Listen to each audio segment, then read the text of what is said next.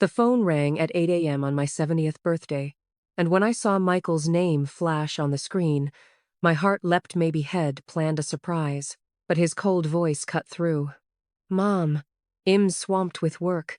I can't make it tonight."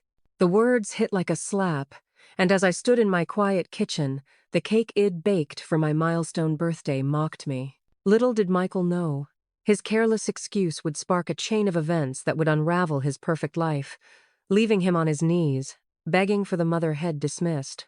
If you're watching, hit subscribe and let me know where you're from. I'm Amelia, and this is my story, a tale of a mother's love twisted into something sharper, something that cuts deep when betrayal goes too far. I was born in a sleepy little town in upstate New York, where the air smelled of pine and promises. My parents were hard-working, Dad a carpenter, Mom a seamstress. They taught me family was everything, a lesson I carried into my own life. I married my high school sweetheart, Robert, at 22, and we built a life together in this same town. Robert was a dreamer, always talking about leaving a legacy. We had 2 children, Michael, our ambitious firstborn, and Mia, our gentle-hearted daughter. Robert worked long hours at his construction business, and I raised the kids, pouring every ounce of love into them. Michael was my golden boy, bright, determined, always chasing the next big thing. Mia was quieter, content with simple joys, like reading or helping me garden. Life wasn't perfect, but it was ours, stitched together with love and sacrifice. When Robert died 10 years ago, a heart attack stealing him at 58, I thought the worst pain of my life had come. I was wrong. Michael was 35 then, already climbing the corporate ladder in the city, 2 hours away. He came to the funeral, of course, but he was distracted, checking his phone, promising to visit more but never following through. Mia, on the other hand, moved closer to me with her husband, Tom, a kind-hearted mechanic who treated me like his own mother. They had no kids but filled my life with warmth. Michael married Sarah, a polished woman with a sharp tongue and sharper ambitions. She pushed him to work harder, to chase wealth, and soon their visits dwindled to holidays, then birthdays, then nothing. My grandchildren, Lily and Jack, were my only connection to him, but even they were pulled into Sarah's orbit, their visits rare and brief. By the time I turned 70, I lived alone in the house Robert and I had built, a cozy 2-story filled with memories. I'd planned a small birthday party, nothing fancy, just Mia, Tom, my best friend Margaret, and a few neighbors like Mrs. Hayes, who loved a good gossip. I'd hoped Michael, Sarah, Lily, and Jack would come. I'd baked a chocolate cake, Michael's favorite from childhood, and set the table with Robert's old china. I even bought a new dress, a soft blue one that made me feel alive. The kids were supposed to arrive at 6 p.m., but as the clock ticked past 7, only Mia and Tom showed up, their faces apologetic. Margaret arrived next, her warm hug hiding her pity. Mrs. Hayes popped in, muttering about busy city folk. No Michael, no Sarah, no grandkids. I called Michael, hoping for an explanation. His voice was clipped, impatient. "Mom, I'm slammed. Big deal at work. Sarah's got me on a tight schedule. Well, make it up to you." I swallowed the lump in my throat, said it was fine, but it wasn't. I stared at the cake, the candles unlit, and felt a crack form in the love it carried for him all these years. Mia squeezed my hand, whispering, "You deserve better, Mom." Margaret, ever blunt, said, "That boy's forgotten where he came from." Tom just shook his head, offering to fix the creaky porch step to keep busy. I smiled through the pain, but inside, something shifted. I wasn't just hurt. I was angry. That night, after everyone left, I sat in Robert's old armchair, staring at a photo of Michael as a boy, grinning with a fishing rod. Where had that boy gone? I thought of the sacrifices working 2 jobs when Robert's business struggled, staying up late to help Michael with school projects, cheering at every game. And now, at 70, I was an afterthought. I opened a drawer and found Robert's old journal, one I hadn't touched since his death. His handwriting was messy but familiar, and as I flipped through, a single line caught my eye. "Amelia's strength is our family's foundation. Never forget that." I closed the journal, my jaw tight. Michael had forgotten, but it'd remind him. The next morning, I called Mr. Thompson, our family lawyer. A man would known Robert since their college days. "Amelia," he said, his voice warm but cautious. "What's this about?" I told him about Michael's absence, the years of neglect, the ache in my chest. He paused, then said, "There's something you need to know about Robert's estate. Can you come to my office tomorrow?" My heart skipped. Robert's estate? We'd settled that years ago or so, I thought. What secret had my husband kept? And how would it change the game I was about to play? I barely slept that night, Robert's journal burning a hole in my thoughts. His words about my strength echoed, but so did the sting of Michael's absence. The house felt too big, too quiet, the ghosts of happier times lingering in every corner. By morning, I was resolved. If Michael thought he could brush me off, had learned I wasn't just the soft-spoken mother who baked his favorite cakes. I dressed carefully for my meeting with Mr. Thompson, black slacks, a crisp white blouse, my silver hair pulled into a neat bun. I wanted to feel in control, even if my heart was a storm. Mr. Thompson's office was in the heart of town, a small brick building with creaky floors and the faint smell of old books. He greeted me with a handshake, his gray eyes sharp but kind. "Amelia, you look like you're ready for battle," he said, half smiling. I sat across from him, clutching my purse, and said, "I might be." He nodded, pulling out a thick folder labeled Robert Whitaker Estate. My stomach twisted. Robert had always handled the finances, and after his death, I'd trusted Mr. Thompson to settle everything. The house was mine, the savings modest, the business sold to fund Michael's startup years ago, or so I thought. "Amelia," Mr. Thompson began, "Robert left something you didn't know about. A trust, set up in your name, with specific instructions." He slid a document across the desk. My hands trembled as I read. Robert had invested in a small tech firm decades ago, a risky move Head kept quiet. That firm had grown, merged, gone public. The trust was now worth $12 million. I gasped, my vision blurring. "Why didn't I know?" I whispered. "Mr." Thompson leaned back. "Robert wanted it to be your safety net. He knew Michael was ambitious, maybe too much. He worried you'd be left behind. The trust is yours to control, but there's a clause Michael and Mia get equal shares only if you deem them worthy." Worthy. The word hit like a hammer. Mia, who called daily, who drove 2 hours to fix my leaky faucet, was worthy. Michael, who couldn't spare an hour for my 70th birthday. I wasn't so sure. I left the office in a daze, the weight of $12 million and a dead man's foresight pressing on me. Robert had known. Had seen Michael's drift long before I did. Back home, I sat at the kitchen table, staring at the unlit birthday candles still on the counter. My anger grew roots.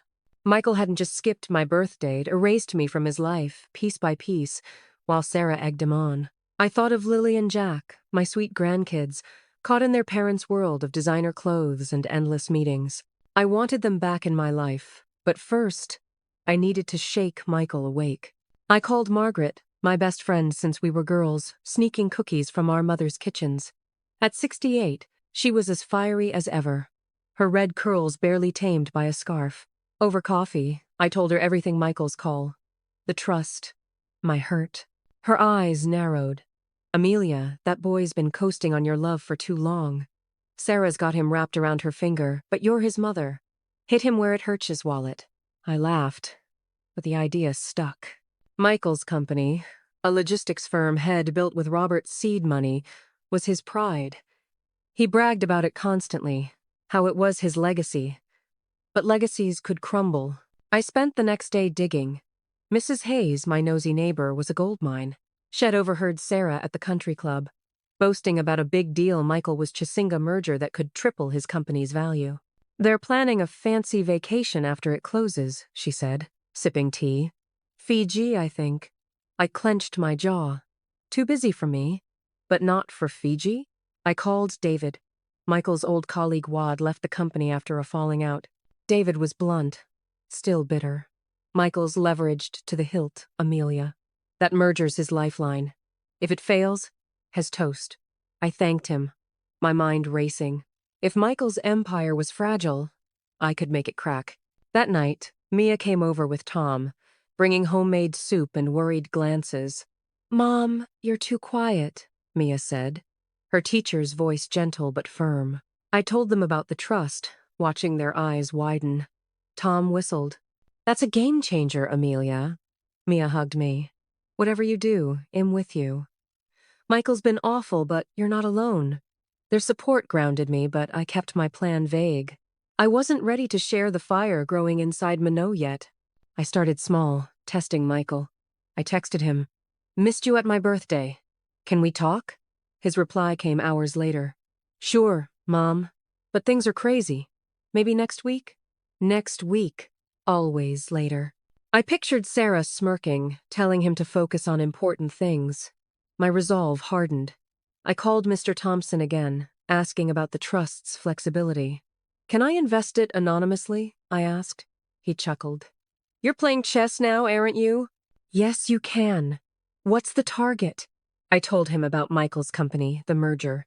He paused. "That's bold, Amelia. I'll set up a meeting with a broker, but be sure this could change everything." I was sure.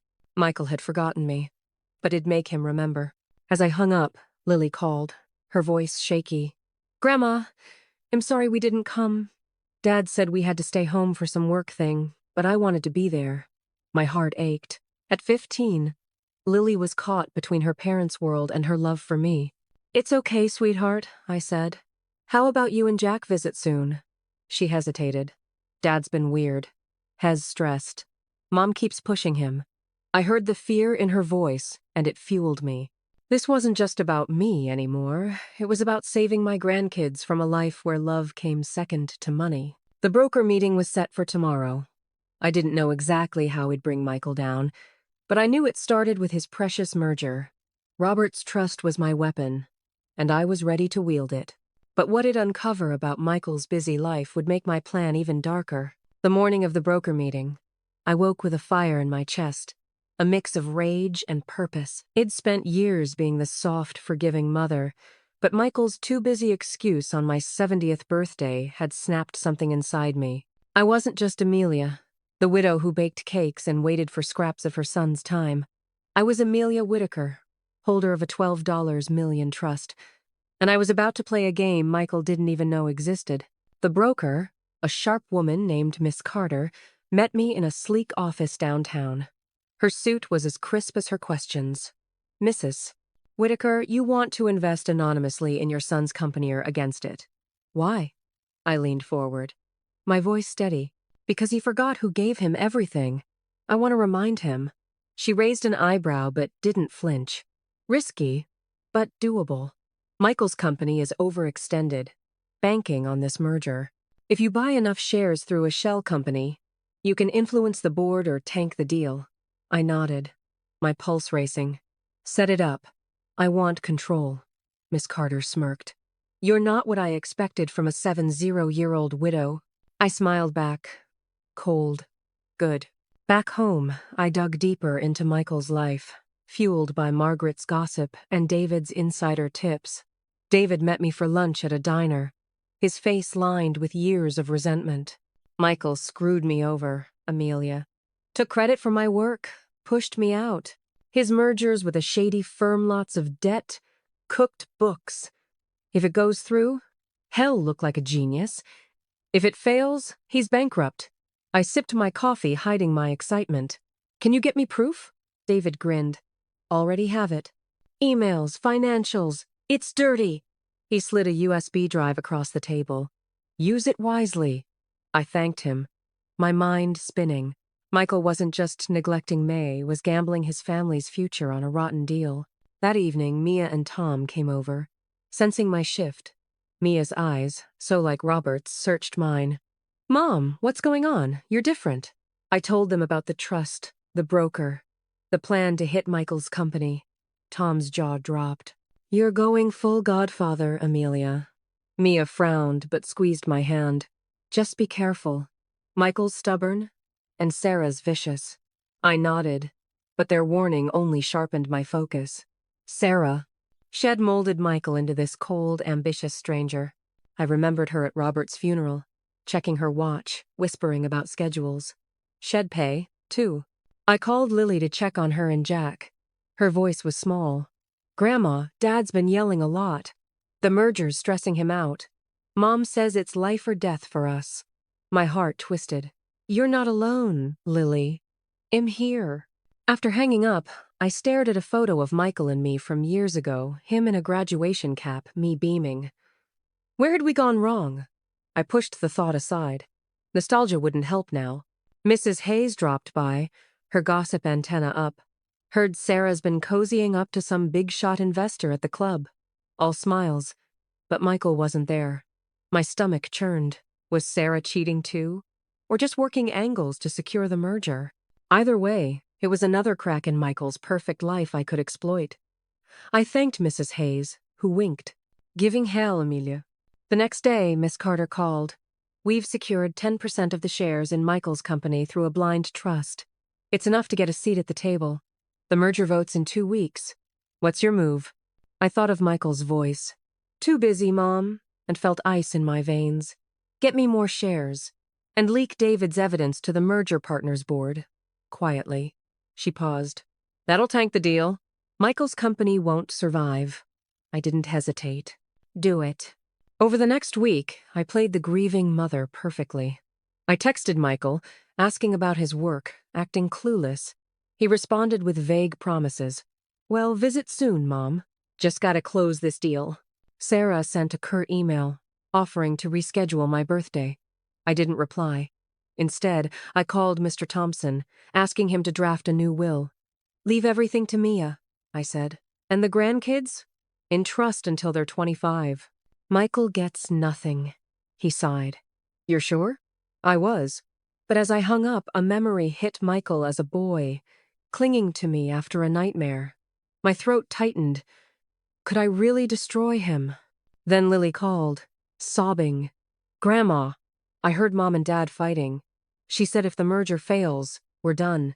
Dad's so angry. He threw a glass. My doubt vanished. Michael wasn't just neglecting me, was failing his kids. I called Miss Carter. Double down. Buy every share you can. The game was on. But a call from Mr. Thompson the next morning would reveal a secret about Robert's trust that would change everything I thought I knew. The phone rang early the next morning, shattering the fragile peace I'd clung to after another sleepless night. Miss Thompson's voice was grave, laced with something like reluctance. Amelia, we need to meet. Now. There's more to Robert's trust than I let on. My heart pounded as I drove to his office. The autumn leaves swirling like my thoughts. What could be left? I'd already uncovered millions and a clause about worthiness. But as I sat in that familiar chair, Mr. Thompson slid another document across yellowed, dated just months before Robert's death. Robert added this codicil privately, he said. He suspected Michael was straying not just from family, but from integrity. I scanned the page, my breath catching. Robert had evidence. Emails, bank statements showing Michael had siphoned funds from the family business before it sold, using them to launch his company. He covered it up, Mr. Thompson explained. But Robert knew. He forgave him once. But the trust's clause isn't just about worthiness, it's a trigger. If Michael faces ruin, you can invoke it to reclaim those funds, retroactively. My world tilted. Michael hadn't built his empire from scratch, he'd stolen the foundation from us. The seed money I'd thought Robert gave willingly was a lie. Tears burned my eyes, not just for the betrayal, but for Robert, carrying that secret to his grave to protect me. I left the office numb, the codicil clutched like a weapon. Back home, I confronted the photo of Robert on the mantel, whispering, "Why didn't you tell me?" But I knew he'd hoped Michael would change, come back to us. Now, with the merger teetering thanks to my leaks, I could pull the trigger. David called that afternoon, his voice excited. "The board's in chaos, Amelia. The merger partners pulling out your evidence hit like a bomb." Michael's scrambling, but he's done. I thanked him, my voice steady, but inside, grief warred with vengeance. This wasn't just about my birthday anymore. It was about years of lies, of Michael choosing greed over blood. Sarah called next, her tone saccharine, hiding panic. Amelia, dear. Michael's under the weather from work stress. We should reschedule that family dinner. I almost laughed. Under the weather? Or underwater? She paused, then snapped. What do you mean? I hung up, my hands shaking. Let her stew. Mia arrived unannounced. Tom trailing with a toolbox he'd heard the porch needed fixing again. Over tea, I showed them the codicil. Mia's face paled. Mom, Michael's my brother, but it's unforgivable. Tom nodded grimly. You've got the power now, Amelia. Use it. Their support was a balm, but the darkness in me grew. I pictured Michael's face when he learned his empire was built on sander sand. That night, Lily texted, Grandma, something's wrong. Dad's locked in his office yelling on the phone. Mom's packing bags? My resolve cracked a fraction. The kids didn't deserve this fallout. I called Margaret, who arrived with wine and wisdom. Amelia, you've been the doormat too long. Sarah's poisoned him. But you can save those grandbabies. We plotted late into the night how I'd invoke the codicil, demand repayment, and tie it to custody visits. But Margaret saw my hesitation. You're heartbroken, not heartless. Make it hurt, but leave a door open. I nodded, but the dark thoughts lingered. What if Michael didn't bend? What if he broke? The next day, Miss Carter confirmed. I'd acquired another 15% of shares anonymously. Combined, I held sway. The merger was dead. Michael's stock plummeted. News hit the local business site shiz company in freefall. Investors fleeing. Mrs. Hayes buzzed with glee. Heard Sarah's family cut them off too embarrassing. I smiled faintly, but the victory tasted bitter. Then Michael called, his voice ragged. Mom, everything's falling apart. The deal's off, and someone's buying up shares. I need help, maybe a loan from Dad's old savings. I let silence stretch, my heart pounding. A loan? Like the one you took without asking? He stuttered. What? Mom? I cut him off. Come see me tomorrow. Alone. He agreed, desperate. As I prepared, doubts assaulted me. Was I becoming the monster? But remembering my unlit candles, the empty chairs on my 70th steeled me. This was the breaking point. I'd had enough. Tomorrow, Michael would face the mother he'd forgotten, and the secrets would pour out. But what he'd confess would darken everything further, pushing me toward a decision that could shatter our family forever. The day Michael was due to arrive, I paced the house like a caged animal, my nerves frayed but my resolve ironclad. I'd set the stage carefully, the kitchen table cleared except for Robert's journal, the codicil, and a pot of strong coffee. No cake this time. No warmth. This wasn't a reconciliation. It was a reckoning. Margaret had offered to stay, but I waved her off. This is between me and my son, I said, though her parting words lingered. Don't let him charm you, Amelia. Remember the empty chair at your birthday. Mia texted support. We're here if you need us, Mom. Love you. Even Tom chimed in. You've got this. Their words were armor, but as Michael's car pulled into the driveway, my stomach knotted. He looked haggard, his suit rumpled, eyes shadowed, nothing like the polished executive I'd seen in photos. He stepped inside, hugging me awkwardly, the scent of expensive cologne clashing with the homey smell of my lavender soap. Mom, thanks for seeing me. It's bad. Really bad. His voice cracked, and for a moment, I saw the boy who'd cried in my arms after losing a Little League game. But I pushed it down, gesturing to the table. Zit, Michael. We need to talk. He eyed the documents warily but sat, pouring coffee with shaking hands. The merger fell through. Someone leaked dirt false dirtened, now investors are bailing. I could lose everything. I sat across from him, my face a mask. Everything? Like the company you built with Dad's money? He nodded eagerly.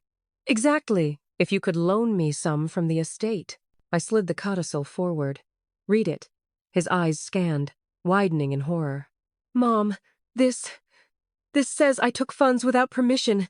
That's not Dad knew. He forgave me. His voice rose, defensive. I was young, ambitious. It was just a bridge loan. I paid it back in success. I leaned in, my voice low and steady. Success? You mean the success that kept you too busy for my 70th birthday? For visits? For your own children? He flinched. Mom, Sarah and I were building a life. The kids are fine. Lily's in private school. Jack's got soccer. It's for them. Lies. I thought of Lily's tearful call, Jack's innocent face in photos, untouched by his father's neglect yet. And me? Am I fine, Michael? Sitting alone with a cake I baked for you, candles unlit, because my son couldn't spare an hour? He rubbed his temples, desperation cracking his facade. I'm sorry, okay? I should have come. But work, it's cutthroat. Sarah says family time is a luxury we can't afford right now. There it was, Sarah, the puppet master. Sarah says. Since when does she dictate our family? He sighed. She's smart, Mom. She pushed me to this level. Without her, I'd be nothing. My heart ached, but anger won. Nothing? You were my everything once. Now you're a stranger who stole from his father and forgot his mother. He stood, pacing. Stole? It was family money. And now you're punishing me? Is this revenge for one missed birthday? I rose too, my voice thunder. One? Try years, Michael. Years of excuses while Mia and Tom filled the void. You took, and gave nothing back. He stopped, tears in his eyes a rare sight. What do you want, Mom? To see me ruined? I paused, the weight of the moment crushing. Part of me wanted to hug him, to forgive as Robert had. But the hurt ran too deep, the betrayal too raw. I want you to feel what I felt forgotten, worthless. I own shares in your company now. Anonymously, enough to call the shots. His face drained of color. You? You're the one who tanked the merger? I nodded. With proof from David. You remember him, the man you betrayed? Michael slumped back into the chair, head in hands. Mom, please.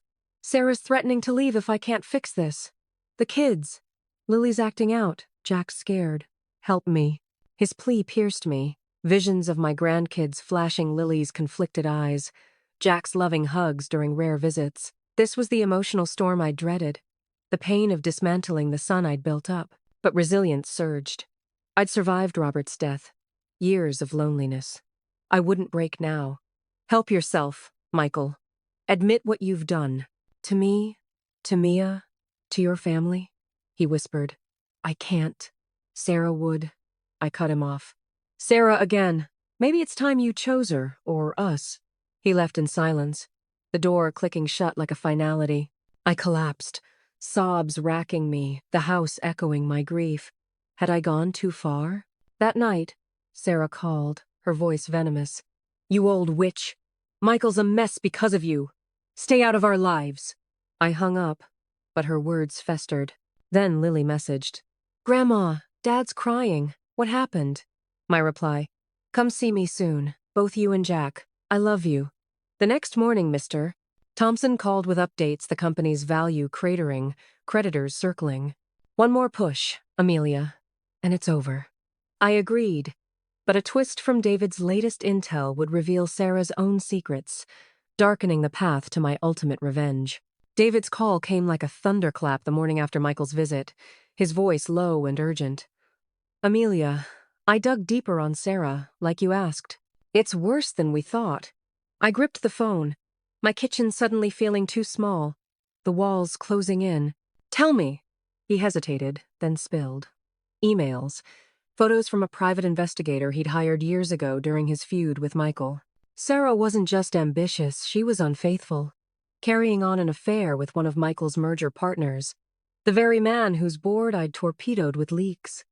She's been playing both sides, David said, pushing Michael to close the deal while sabotaging it from the inside for her lover's benefit.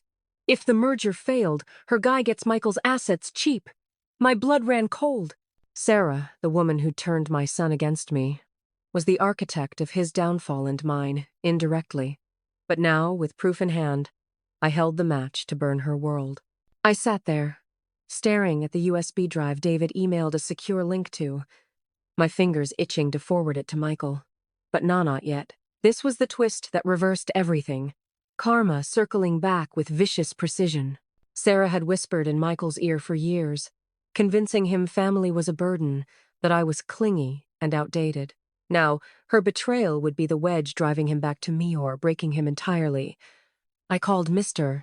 Thompson, my voice steady despite the storm inside. Incorporate this into the codicil invocation. Sarah's complicit in the fraud. He whistled. Amelia, this could lead to charged embezzlement. Infidelity clauses in their prenup. I nodded to myself. Good. Michael needs to see her for what she is. Mia and Tom arrived that afternoon, their faces etched with concern after my cryptic text. I showed them the evidence-blurry photos of Sarah in hotel lobbies, damning emails about securing our future without him. Mia gasped, covering her mouth. Mom, this is dark. Michael's going to shatter. Tom, ever practical, added. But it's justice. She's poisoned everything. We huddled around the table, plotting the reveal. I'd invite Michael over again. Lay it all out, the theft, the affair, the crumbling company under my control. But doubt gnawed. Would exposing Sarah save my son or destroy the remnants of our family? Lily and Jack flashed in my mind, their innocent faces, caught in this web. I had to protect them, even if it meant becoming the villain in Michael's eyes. That evening, Mrs. Hayes knocked, her gossip radar pinging. Saw Sarah's car at the lawyer's divorce papers, maybe. Towns buzzing about Michael's company tanking. I thanked her, my mind racing. Sarah was moving fast, perhaps sensing the news. I texted Michael. Come tomorrow. Urgent. About Sarah. His reply was immediate. What about her? I didn't answer, letting him stew. Margaret called, her voice fierce. Hit her hard, Amelia. She's the root of this rot. I agreed. But as I lay in bed, the emotional toll hit waves of pain for the family we'd been, the betrayal that had festered unseen. Resilience had carried me this far, but now, with the end in sight, I felt the weight of every sacrificed tear. The next morning, Miss Carter updated. You've got majority shares now. The board's yours. Michael's out if you say so. Power surged through me, dark and intoxicating. I'd started this for a forgotten birthday, but it had unearthed layers of deceit. Michael arrived early, disheveled, eyes wild. Mom, what's this about Sarah? I led him to the table, the evidence spread like a feast of ruin. As he read, his face crumpled shock, then rage, then devastation. No, she wouldn't. But the proof was ironclad. He buried his face in his hands, sobbing like the child he'd once been. I've lost everything because of her and you. I touched his shoulder, my voice soft but firm. Not because of me, Michael. Because of choices. But you can choose differently now. He looked up, broken. Help me fix this, Mom. For the kids. My heart twisted. This was the consequence. The reversal where karma struck Sarah hardest. I nodded. On my terms. But as we talked, a frantic call from Lily interrupted.